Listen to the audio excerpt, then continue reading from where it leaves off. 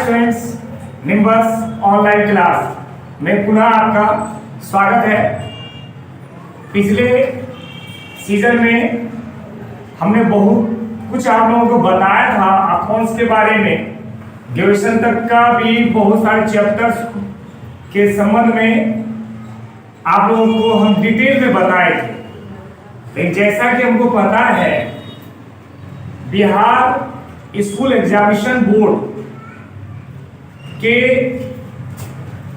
2025 में जो बच्चे एग्जाम के लिए प्रिपेयर होने जा रहे हैं, उन्होंने निश्चय ही अपने 11th को कंप्लीट करने के बाद 12th की तैयारी चालू कर दी होगी। तो 12th में एक चैप्टर है नॉन प्रॉफिटेबल ऑर्गेनाइजेशन, अलाभकारी संस्था से संबंधित लेखांकन। तो आज उसी के बारे में हम आप लोगों को बताएंगे और ये वीडियो निरंतर जारी रहेगा, फुल चैप्टर।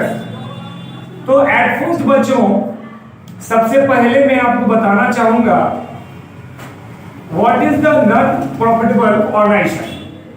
11th के लास्ट में आपने फाइनल अकाउंट बनाया, तो फाइनल अकाउंट में क्या बनाया? Trading account, profit and loss account, balance sheet.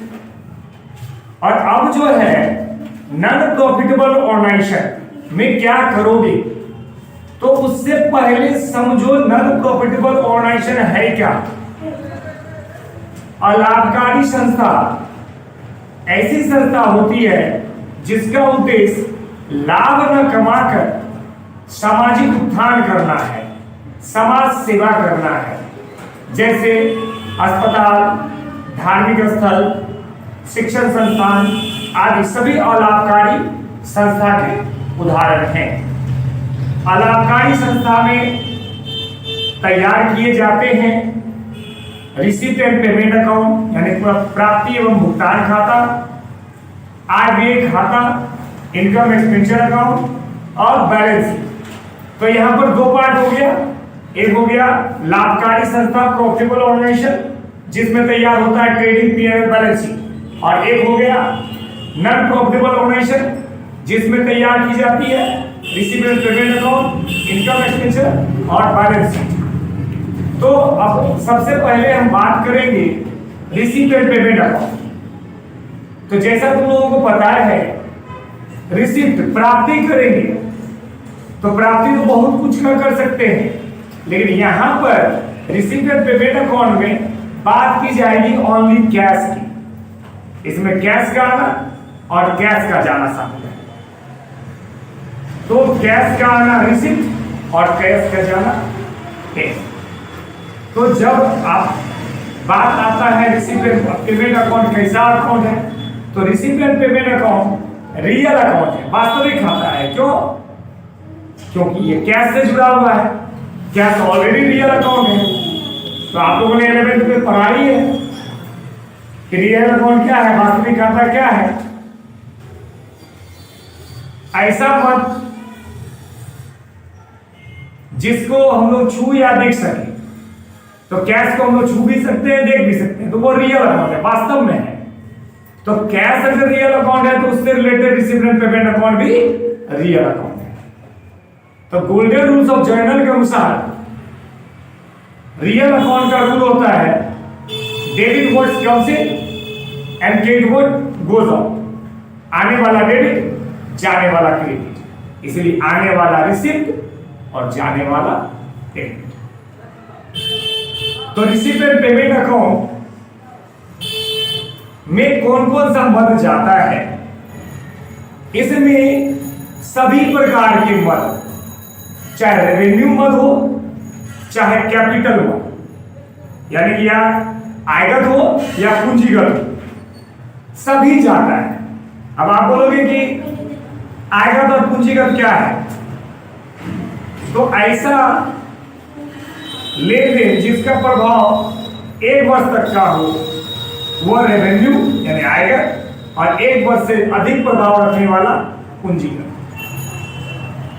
इसमें पहले ही बोले हैं कैश का आना और कैश का जाना शामिल है, यानी कि किसी भी प्रकार का आउटस्टैंडिंग यानी अदर या एक्रूड वो शामिल नहीं किया जाता है।